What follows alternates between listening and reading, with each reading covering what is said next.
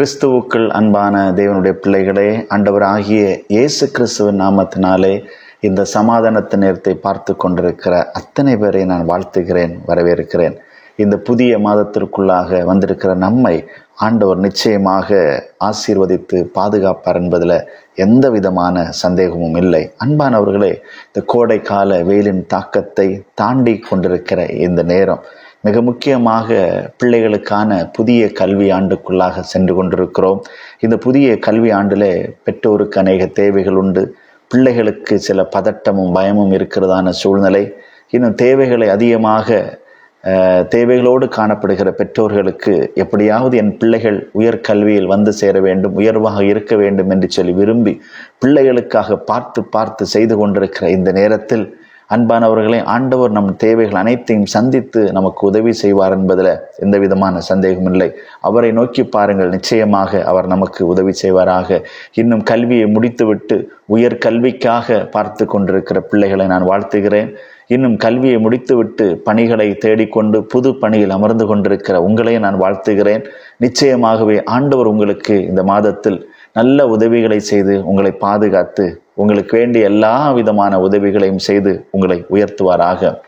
அன்பானவர்களே, ஆண்டவராகிய இயேசு கிறிஸ்துவை பார்க்க வேண்டும் என்று சொல்லி சகேயு என்கிறதான் மனிதன் பல நாட்கள் ஆவல் கொண்டு ஓடி சென்று காட்டத்தி மரத்தில் ஏறி அமர்ந்திருந்து இயேசு அவ்வழியாக வரும்பொழுது நான் அவனை பார்க்க வேண்டும் என்று சொல்லி அவர் விரும்பி அந்த இடத்தில் அமர்ந்திருந்த பொழுது இயேசுவும் அந்த வழியாக வந்த பொழுது அந்த இடத்தில் அந்த மரத்தின் கீழ் நின்று மேலிருந்த சகேயுவை நோக்கி பார்த்து, சகேயுவே, சீக்கிரம் இறங்கி வா, இன்றைக்கு நான் வீட்டில் தங்க வேண்டும் என்று சொல்லி நல்ல ஒரு அழைப்பை கொடுத்தார். சகேயுவுக்கு மிகுந்த சந்தோஷம்.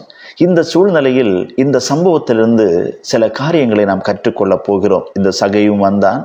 இந்த சகேயு இயேசுவை அழைத்து கொண்டு தன் வீட்டில் சென்ற பொழுது அங்கு நடந்த சம்பவம், சுற்றி இருந்த மக்கள் அவனுக்கு செய்த காரியங்கள், இவைகள் எல்லாவற்றையும் குறித்து வேகமாக 3 காரியங்களை நாம் பார்க்க போகிறோம். அன்பானவர்களே, முதலாவதாக பார்க்கும் பொழுது அழைத்தார் இயேசு. இந்த சகேயுவை ஆண்டவராகிய இயேசு கிறிஸ்து அழைத்தார். மிக முக்கியமாக அந்த நாட்களில் ரோம அரசு வரி வசூலிப்பதில் மிகவும் பயங்கரமாக சென்று கொண்டிருக்கிற சூழ்நிலை. மக்கள் வரி வசூலிப்பை வெறுக்கின்ற வகையில் அவர்களுடைய வரி வசூலிப்பு கடினமாகவும் மோசமாகவும் இருந்தது, மன அழுத்தத்தை கொடுத்தது. இதை இந்த மக்கள் விரும்பவில்லை. இந்த வரி வசூலிப்பை மக்கள் விரும்பாமல் இருந்து கொண்டிருக்கிறார்கள். இந்த சகேயுவும் அந்த வரி வசூலிப்பு கூட்டத்தை சார்ந்தவன் தான். ஆகவே மக்கள் இவர்கள் மீது, வரி வசூலிப்பவர்கள் மீது அதிருப்தியாக காணப்பட்டார்கள். இன்னும் அவர்கள் செய்கின்ற எதையும் விரும்பாமல் அவர்களோடு வெறுப்பிலும் அதிருப்தியிலும் காணப்பட்டு கொண்டிருக்கிற இந்த நேரத்தில் இந்த சகேயுவை இயேசு அழைக்கிறார். சகேயுவே, சீக்கிரம் இறங்கி வா, இன்று நான் உன் வீட்டில் தங்க வேண்டும் என்று சொல்லி மக்கள் உன்னை விரும்பாமல் இருந்து கொண்டிருக்கிற இந்த சூழ்நிலையில் உன்னை நான் விரும்புகின்றவர்களாக மாற்றப் போகிறேன். நீ கடின இருதயம் உள்ளவனாக இருந்து கொண்டிருக்கிறார், உன்னை லெகுவான இருதயம் உள்ளவராக மாற்றப் போகிறேன் என்கின்ற எண்ணத்தோடு ஆண்டவராகிய இயேசு கிறிஸ்து இந்த சகேயுவை அழைத்து அவன் வீட்டுக்கு செல்லுகிறதை பார்க்க முடிகிறது. சகேயுவுக்கு இயேசுவை பார்க்க வேண்டும் என்று சொல்லி ஒரு ஆர்வம் இருந்தாலும் இங்கு இயேசு அந்த இடத்தில் வந்த பொழுது சகேயுவை இயேசுவே அழைக்கின்றதான ஒரு சூழ்நிலை. நீ பாவம் செய்து கொண்டிருக்கிற உன் பாவத்தை மாற்றுவதற்காக நான் உன்னை அழைக்கிறேன். நீ வெறுப்பை சம்பாதித்து கொண்டிருக்கிற உன் வாழ்க்கையில் வெறுப்பை மாற்றி விருப்பத்தை தரும்படியாக நான் உன்னை அழைக்கிறேன் என்று சொல்லி இயேசு இந்த சகேயுவை அழைத்து அவன் வீட்டுக்கு செல்லுகிறதை பார்க்க முடிகிறது. அன்பான தேவனுடைய பிள்ளைகளே, நம்மை மற்றவர்கள் விரும்பாமல் இருந்து கொண்டிருக்கலாம். நம் மீது பல வெறுப்புகளை அநேகர் வைத்து கொண்டிருக்கலாம். நாம் செய்து கொண்டிருக்கிறதான சில தவறான காரியங்கள் நிமித்தமாக சமுதாயத்தில் ஒதுக்கப்பட்டவர்களாக காணப்பட்டு கொண்டிருக்கலாம். ஆனால் இயேசு அப்படிப்பட்டவர்களாகிய நம்மை அழைக்கும்படியாக இந்த நேரத்தில் ஒரு அழைப்பை தருகிறார். என்னிடத்தில் வாருங்கள் என்று சொல்லி ஆண்டவர் நல்ல ஒரு அழைப்பை தருகிறார். நீங்கள் அவரை நோக்கி பார்க்கும்படியாக ஒரு அழைப்பை தருகிறார். நீங்கள் விரும்பாதவர்களாக இருந்தால் உங்களை விரும்புகிறவர்களாக மாற்றுவேன் என்று சொல்லி அழைக்கிறார். நீங்கள் கடினமுள்ளவர்களாக இருந்து கொண்டிருக்கிறீர்கள் என்று சொன்னால் உங்கள் கடினத்தை மாற்றி லெகுவானவர்களாக மாற்றும்படியாக இயேசு உங்களை அழைக்கிறார். யாராக இருந்தாலும், எப்பேற்பட்டவர்களாக இருந்தாலும் இயேசு நம்மை அழைக்கிறார். இந்த சகேயுடைய வாழ்க்கையில் பார்த்தது போல, சகேயுவை அழைத்தது போல நம்மையும் இயேசு இந்த நேரத்தில் அழைத்து கொண்டிருக்கிறார். அவர் அழைக்கும் பொழுது அவரோடு வரும்படியாக, அவர் காட்டுகின்ற பாதையில் செல்லும்படியாக நம்மை அன்போடு அழைக்கிறார். இரண்டாவது பார்க்கும் பொழுது இங்கு இந்த இயேசு இங்கு அனுமதி கொடுக்கிறதை பார்க்க முடிகிறது. இந்த இயேசு அனுமதி கொடுக்கிறார். எதற்காக அனுமதி கொடுக்கிறார் தெரியுமா? மிக முக்கியமாக இந்த சகேயு இயேசுவின் அழைப்பை ஏற்று சீக்கிரமாக இறங்கி வந்து இயேசுவை அழைத்து கொண்டு தன்னுடைய வீட்டுக்கு செல்லுகிறார். வீட்டுக்கு செல்லும் பொழுது சுற்றி இருந்த மக்களுடைய இருதயம் அதை அனுமதிக்கவில்லை. சுற்றி இருந்த மக்கள் இதை பார்த்து சொல்லுகிறார்கள், இயேசு ஒரு பாவியான மனுஷனின் வீட்டுக்கு அல்லவா செல்லுகிறார், இவர் எப்படி இந்த பாவியான மனுஷனுடைய வீட்டில் செல்ல முடியும் என்று சொல்லி அவர்களுடைய மனது ஒத்துக்கொள்ளவில்லை. அவர்களின் மனது அதை ஏற்றுக்கொள்ளவில்லை. பாவியான வீட்டிற்கு செல்லுகிறாரே, எப்படி இந்த இயேசு இந்த பாவியான மனிதனுடைய வீட்டிற்கு செல்ல முடியும் என்று சொல்லி அவர்கள் மனதில் எண்ணிக்கொண்டு மனம் அதற்கு ஒத்துக்கொள்ளவில்லை.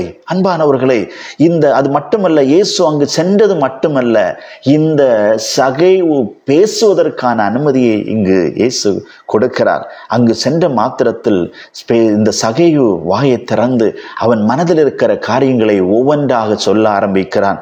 இயேசுவுக்கு பாவம் செய்வது பிடிப்பதில்லை, பாவத்தை விரும்புவதில்லை என்று சொல்லி அறிந்த பிறகும் அவன் செய்த தவறுகளை ஒன்றன் பின் ஒன்றாக இயேசுவினிடத்தில் சொல்வதற்கு இயேசு அனுமதி கொடுக்கிறார். அவன் மனதில் காணப்படுகிற உணர்வுகளை சொல்லுவதற்கான வாய்ப்பை ஆண்டவர் கொடுக்கிறார். உணர்வு பூர்வமாக பேசுவதற்கான வாய்ப்பு, உண்மையாக பேசுவதற்கான ஒரு வாய்ப்பு, இன்னும் மனம் திறந்து பேசுவதற்கான அனுமதியை இந்த இடத்தில் இயேசு அவனுக்கு கொடுக்கிறார். பொதுவாக பாவிகளை பேசுவதற்கு அனுமதிக்க மாட்டார்கள். அப்படி பாவிகளை பேசுவதற்கு அனுமதி கொடுத்தாலும் தண்டனைகளை கொடுத்துதான் அனுமதிப்பார்கள், அல்லது வேறு விதத்தில் கடினமான வார்த்தைகளை சொல்லிதான் அவர்களை பேசுவதற்கு அவர்களுக்கு வாய்ப்புகளை கொடுப்பார்கள். ஆனால் இந்த இடத்தில் இயேசுவோ அவன் மனம் திறந்து பேசும்படியான ஒரு வாய்ப்பை கொடுக்கிறார். அவன் மன உணர்வு பூர்வமான பேசுவதற்கு ஒரு வாய்ப்பை கொடுக்கிறார். இயேசு பாவத்தை விரும்பாதவர் என்று சொல்லி அறிந்த போதிலும் அவன் பாவங்களை ஒன்றன் பின் ஒன்றாக அவன் செய்தவைகளை எல்லாவற்றையும் சொல்லுவதற்கு இயேசு அங்கு அனுமதி கொடுக்கிறார். அது மட்டுமல்ல, அவன் செய்ததையும் அங்கு சொல்லுகிறான், செய்ய போகிறதையும் சொல்லுவதற்கான அனுமதி கொடுக்கப்படுகிறது. அன்பான தேவனுடைய பிள்ளைகளே, ஆண்டவராகிய இயேசு கிறிஸ்துவை ஏற்றுக்கொண்ட நீங்களும் நானும், அவரை அறிந்து கொண்ட நீங்களும் நானும் நம்முடைய உணர்வு பூர்வமாக இயேசுவிடத்தில் நாம் செய்து கொண்டிருக்கிற காரியங்களை அறிக்கையிடுவதற்கு அவர் நமக்கு அனுமதி தந்திருக்கிறாரே. எத்தனை பேர் நாம் அறிக்கையிட்டு கொண்டிருக்கிறோம்? நாம் அறிக்கையிடும்படியான வாய்ப்புகளை அவருக்கு நமக்கு தந்திருக்கிறாரே. ஆண்டவராகிய இயேசு கிறிஸ்துவினிடத்தில் நாம் எதையும் சொல்வதற்கான அனுமதி அவர் நமக்கு தந்திருக்கிறார். உணர்வு பூர்வமாக பேசுவதற்கு அவர் அனுமதியை தந்திருக்கிறார்.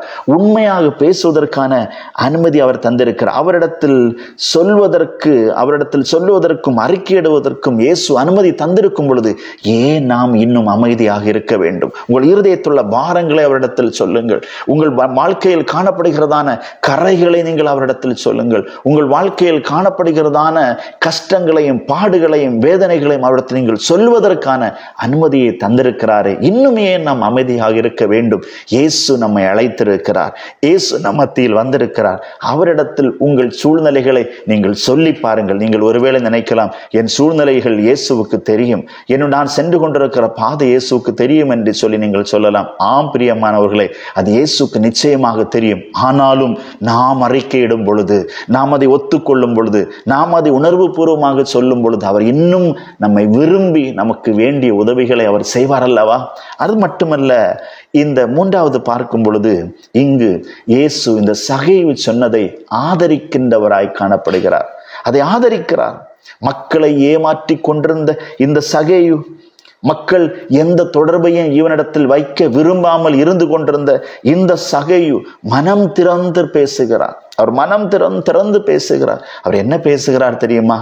நான் யாரிடத்தில் அநியாயமாய் வாங்கினது உண்டானால் அதை நான் 4 மடங்கு நான் திரும்ப கொடுக்கிறேன், ஏழைகளுக்கு என் ஆஸ்திகளில் பாதியை நான் கொடுத்து விடுகிறேன் என்று சொல்லி அவர் செய்த தவறுகளை உணர்ந்து அவர் மன்னிப்பு கேட்டு அந்த இடத்தில் ஒரு அறிக்கையிட்டு அவர் எல்லாவற்றையும் சொல்லுகிறார். ஏழைகளுக்கு நான் பாதியை நான் கொடுக்கிறேன், யாரிடத்தில் அநியாயமாய் வாங்கினது உண்டானால் அதை 4 மடங்கு நான் அவர்களுக்கு திரும்ப கொடுக்கிறேன் என்று சொல்லி எல்லாவற்றையும் அறிக்கையிட்டு அவர் சொன்ன மாத்திரத்தில் ஆண்டவராகிய இயேசு கிறிஸ்து அந்த இடத்தில் ஒன்றை சொல்லுகிறார். இன்றைக்கு இந்த வீட்டுக்கு ரட்சிப்பு வந்தது, இன்றைக்கு இந்த வீட்டுக்கு ரட்சிப்பு வந்தது, இவனும் ஆபிரகாமுடைய குமாரனாய் இருக்கிறார் என்று சொல்லி ஒரு பெரிய நல்ல செய்தி, ஒரு நற்செய்தி அந்த குடும்பத்திற்காக சொல்லுகிறார். ரட்சிப்பு இன்றைக்கு இந்த குடும்பத்திற்கு வந்தது. அன்பானவர்களே,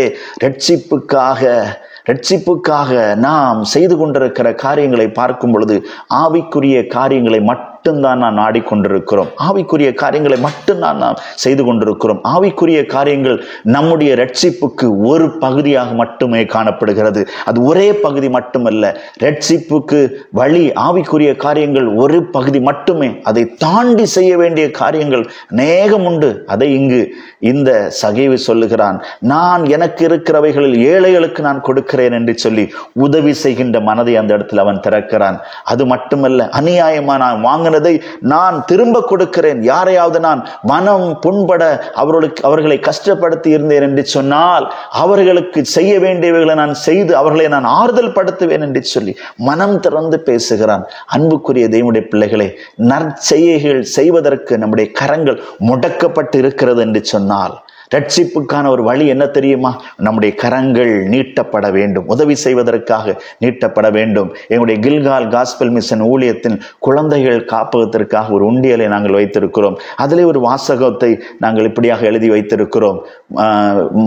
உதவட்டும் உங்கள் கரங்கள் மகிழட்டும் பிஞ்சு உள்ளங்கள் என்று சொல்லி, உதவட்டும் உங்கள் கரங்கள் மகிழட்டும் பிஞ்சு உள்ளங்கள் என்று சொல்லி.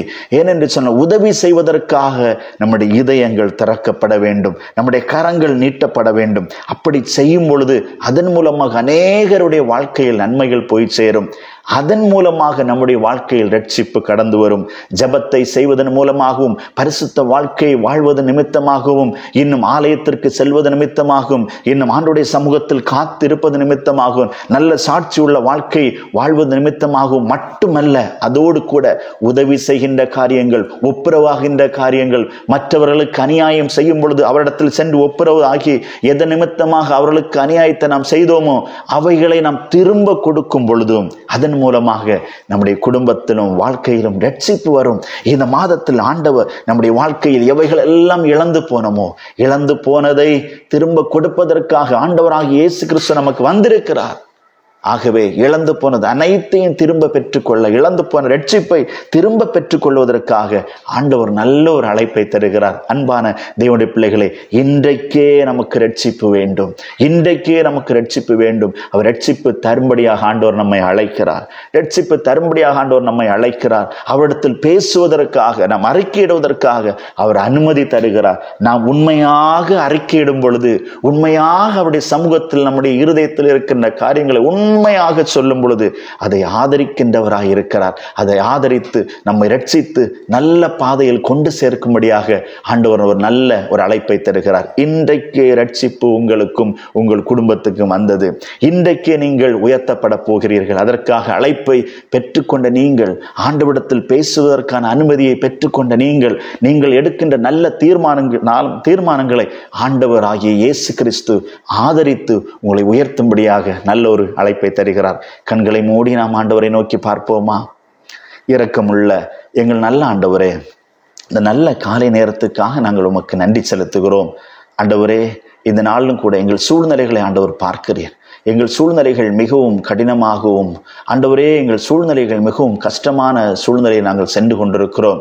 இந்த சூழ்நிலையில் நீர் எங்களை அழைத்து கொண்டிருக்கிறீர். எங்களை மகிழ்விக்க வேண்டும் என்று சொல்லி அழைக்கிறீர், எங்களை ரட்சிக்க வேண்டும் என்று சொல்லி அழைக்கிறீர், எங்களை உயர்த்த வேண்டும் என்று சொல்லி அழைக்கிறீர், எங்களை பாதுகாக்க வேண்டும் என்று சொல்லி அழைக்கிறீர். நாங்கள் விரும்பத்தக்கதவர்களாக இல்லாமல் இருக்கும் பொழுது எங்களை விரும்புகிறவர்களாக மாற்றும்படியாக நீர் அழைக்கிறீர். மற்றவர்கள் எங்கள் மேல் வெறுப்பாக இருக்கும் பொழுது எங்களை விரும்புகின்ற ஒரு பிள்ளைகளாக இருக்கும்படியாக எங்களை அழைக்கிறீரே. அந்த அழைப்பை ஏற்று நாங்கள் உம்முடைய சமூகத்தில் வர எங்கள் இருதயங்கள் திறக்கப்படட்டும். ஆண்டவரே, எங்கள் இருதயங்கள் உம்முடைய சமூகத்தில் திறக்கப்பட்டு நாங்கள் உம்முடைய சமூகத்தில் நாங்கள் வருகிறோம். ஆண்டவரே, எங்களை ஏற்றுக்கொள்ளும் அப்பா.